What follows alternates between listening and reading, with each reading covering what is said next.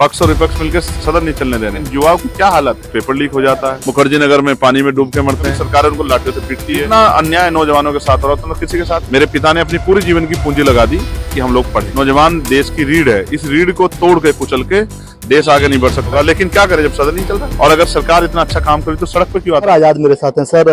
आप बैनर लेके बाहर खड़े हैं, तानाशाही बंद करो, युवाओं का दर्द सुनो। आप तो सांसद है, सदन में उठाइए दर्द। सदन चलने देना। विपक्ष और सरकार मिलके, पक्ष और विपक्ष मिलकर सदन नहीं चलने दे रहे हैं। सदन चलता तो मैं लगातार कोशिश कर रहा हूं कि नौजवानों के इस दर्द को सुना जाए, और कोई नहीं सुनने वाला। युवा देश है, प्रधानमंत्री प्राइम मिनिस्टर भी कहते हैं, विपक्ष के नेता भी कहते हैं, लेकिन युवाओं की क्या हालत है। पहले तो भर्ती नहीं आती, भर्ती आती तो पेपर लीक हो जाता है, पेपर लीक से बच जाता है तो घोटाले हो जाते हैं। उसके बाद जो है भर्ती प्रक्रिया 6-6 साल चलती है, इतना ओवरेज हो जाते हैं, फिर कोई कोर्ट चला जाता है तो पूरी भर्ती प्रक्रिया का जो है बेड़ा गर्क हो जाता है।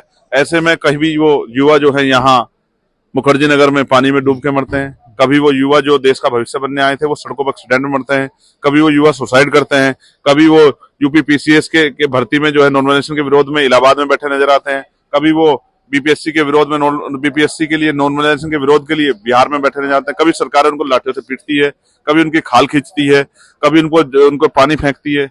तो इस देश में जितना अन्याय नौजवानों के साथ हो रहा था, तो किसी के साथ नहीं हो रहा। पहले उसको बुनियादी तौर पे जो प्राइवेट शिक्षा उसका सामना करना पड़ रहा है, तो गरीब का बच्चा तो आगे नहीं बढ़ पा रहा है। सरकार कह रही है कि सदन तो विपक्ष नहीं चलने दे रहा, हम तो चलाना चाहते हैं। क्या आप और मैं बच्चे हैं दूध पीते? हमें नहीं पता कि ऐसा कौन नहीं चलने दे रहा है। अगर सरकार चलाने पे आ जाए और स्पीकर साहब तय कर ले तो कैसे रुक सकता है सदन? आप मुझे बताओ। आपको क्या लगता है युवाओं पे ये सरकार जो वादा की थी चुनाव में या करती है उसको पूरा नहीं कर पा रही? अगर कर पाती तो युवा इस देश में सुसाइड करता क्या? आप देखो ना सुसाइड रेट क्या है, आप देखो ना ड्रॉप रेट क्या है, आप देखो ना यहाँ कितने आंदोलन चल रहे हैं। और अगर सरकार इतना अच्छा काम करी तो सड़क पे क्यों आता है नौजवान? मैं आपको फिर ये कहूंगा, नौजवानों को कुचला जा रहा है। ये युवा देश है, नौजवान देश की रीढ़ है, इस रीढ़ को तोड़ के कुचल के देश आगे नहीं बढ़ सकता। इसलिए सब लोगों को मिलके एक विस्तृत चर्चा पार्लियामेंट में युवाओं के करानी चाहिए। बीपीएड की भर्ती का जो है विषय अभी जो है पेंडिंग में पड़ा हुआ है, लोग परेशान हैं। हम लोग से उम्मीद करते हैं कि चंद्रशेखर जाएंगे, सवाल उठाएंगे, हमारा भला होगा, लेकिन क्या करें जब सदन नहीं चल रहा है और जहां एक तरफ सरकार मन बना के बैठ गई है कि उनको युवाओं को सुनना नहीं है। तो ऐसे में मैं गरीब परिवार से आता हूं, मैं जानता हूं, किसान परिवार से। हमारे परिवार के लोगों ने, मेरे पिता ने अपनी पूरी जीवन की पूंजी लगा दी कि हम लोग पढ़े और अपने पैरों पर खड़े हों।